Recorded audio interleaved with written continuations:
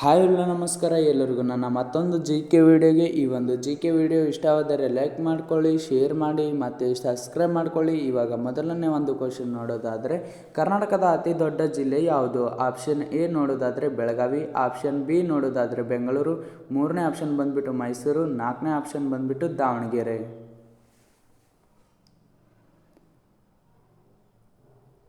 ಇಲ್ಲಿ ಸರಿಯಾದ ಉತ್ತರ ಬೆಳಗಾವಿ.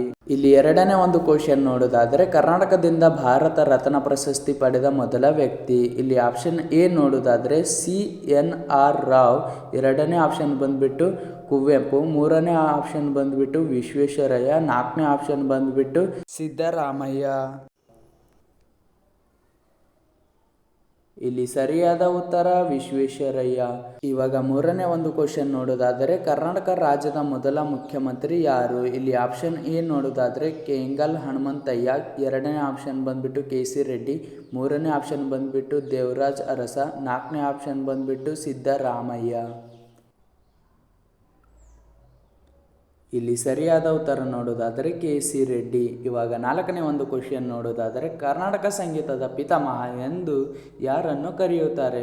ಆಪ್ಷನ್ ಎ ನೋಡೋದಾದರೆ ಪುರಂದಾಸರು, ಆಪ್ಷನ್ ಬಿ ನೋಡೋದಾದರೆ ಕನಕದಾಸರು, ಆಪ್ಷನ್ ಸಿ ನೋಡೋದಾದರೆ ಬಸವಣ್ಣನವರು, ಆಪ್ಷನ್ ಡಿ ನೋಡೋದಾದರೆ ಅಕ್ಕ ಮಹಾದೇವಿಯವರು.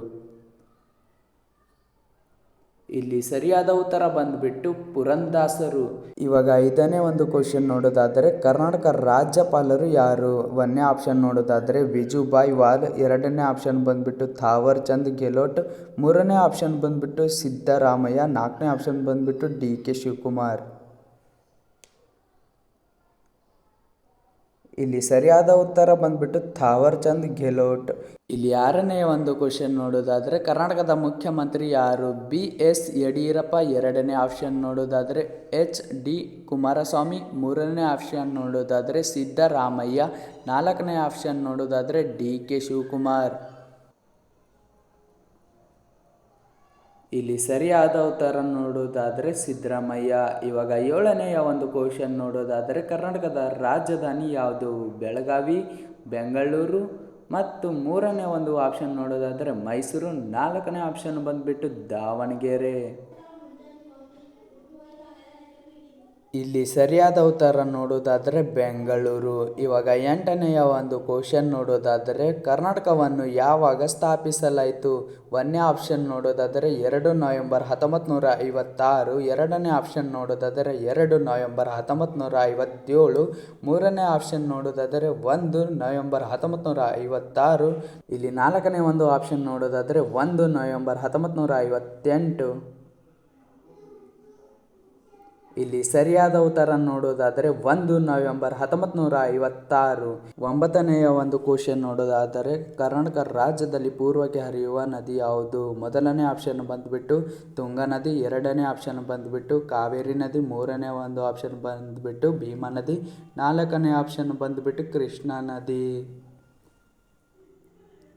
ಇಲ್ಲಿ ಸರಿಯಾದ ಉತ್ತರ ನೋಡೋದಾದರೆ ಕಾವೇರಿ ನದಿ. ಇವಾಗ 10ನೆಯ ಒಂದು ಕ್ವಶನ್ ನೋಡೋದಾದರೆ, ಗೋಲ್ ಗುಮ್ಮಚ್ ಯಾವ ಜಿಲ್ಲೆಯಲ್ಲಿದೆ? ಮೊದಲನೇ ಒಂದು ಆಪ್ಷನ್ ಬಂದುಬಿಟ್ಟು ಕಲಬುರಗಿ, ಎರಡನೇ ಆಪ್ಷನ್ ಬಂದುಬಿಟ್ಟು ಬೆಳಗಾವಿ, ಮೂರನೇ ಆಪ್ಷನ್ ಬಂದುಬಿಟ್ಟು ಬೆಂಗಳೂರು, ನಾಲ್ಕನೇ ಆಪ್ಷನ್ ಬಂದುಬಿಟ್ಟು ವಿಜಯಪುರ.